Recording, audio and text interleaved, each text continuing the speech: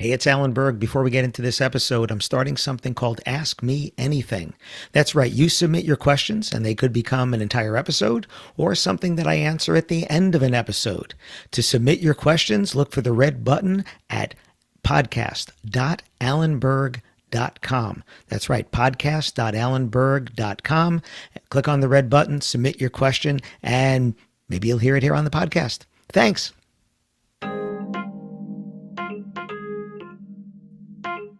How do you sell a new product or service without any reviews? Listen to this episode, get some ideas. Welcome to another episode of the Wedding Business Solutions Podcast.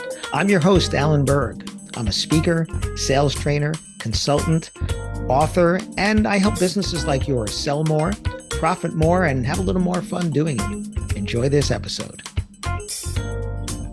Hi, it's Alan Berg. Welcome back to another episode of the Wedding Business Solutions Podcast.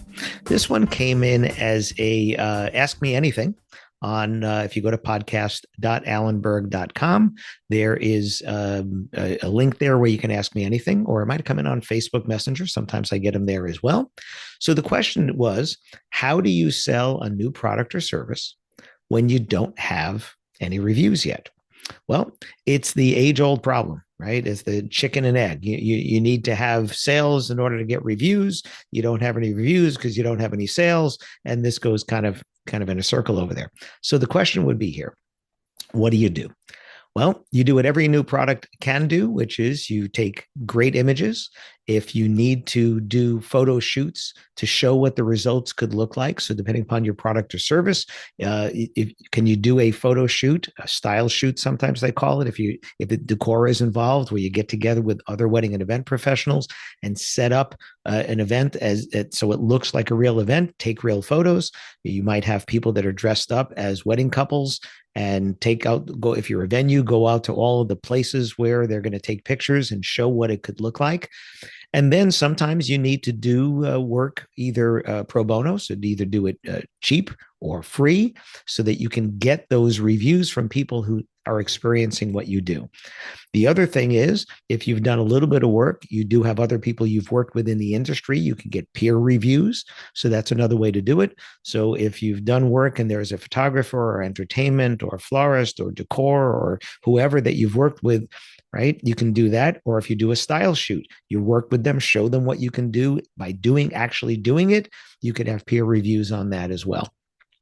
Short of that, you need to talk about what you can do for people. And this is something that everybody needs to do. But as a new business, you want to make sure you're starting out with this, which is talk about results, not just products and services, right? You certainly can't say that your work is better than anybody else's. And if you've heard me talk about this, nobody should say our work is better. Our work is different. And you want our results, you pay for us.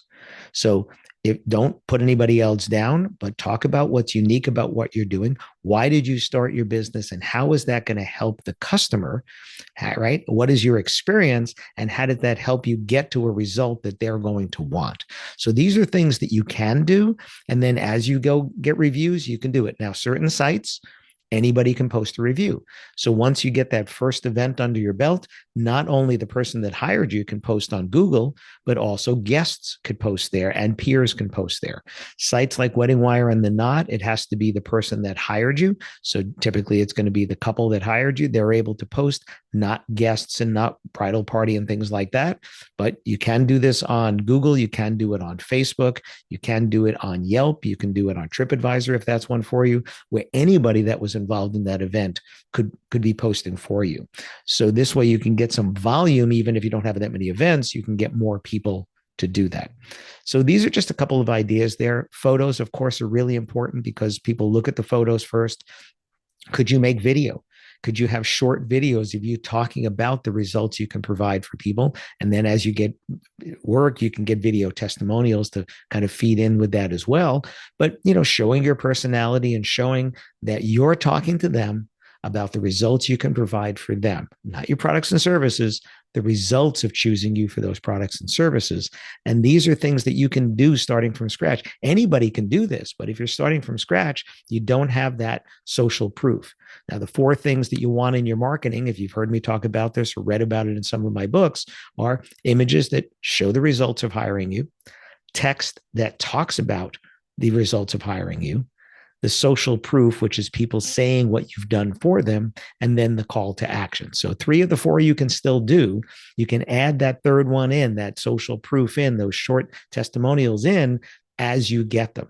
And the other thing is, I want you to use single sentences wherever you use those testimonials, not just a whole paragraph. So if somebody does write you a nice long testimonial, you can pull a few different quotes out and use them in different pages on your website, use them in your social. And then as you get more, you can, feed in more people there. So these are just a couple of ideas. It's always going to be a challenge, but you have to start somewhere. What's the expression? When's the best time to plant a tree? 20 years ago.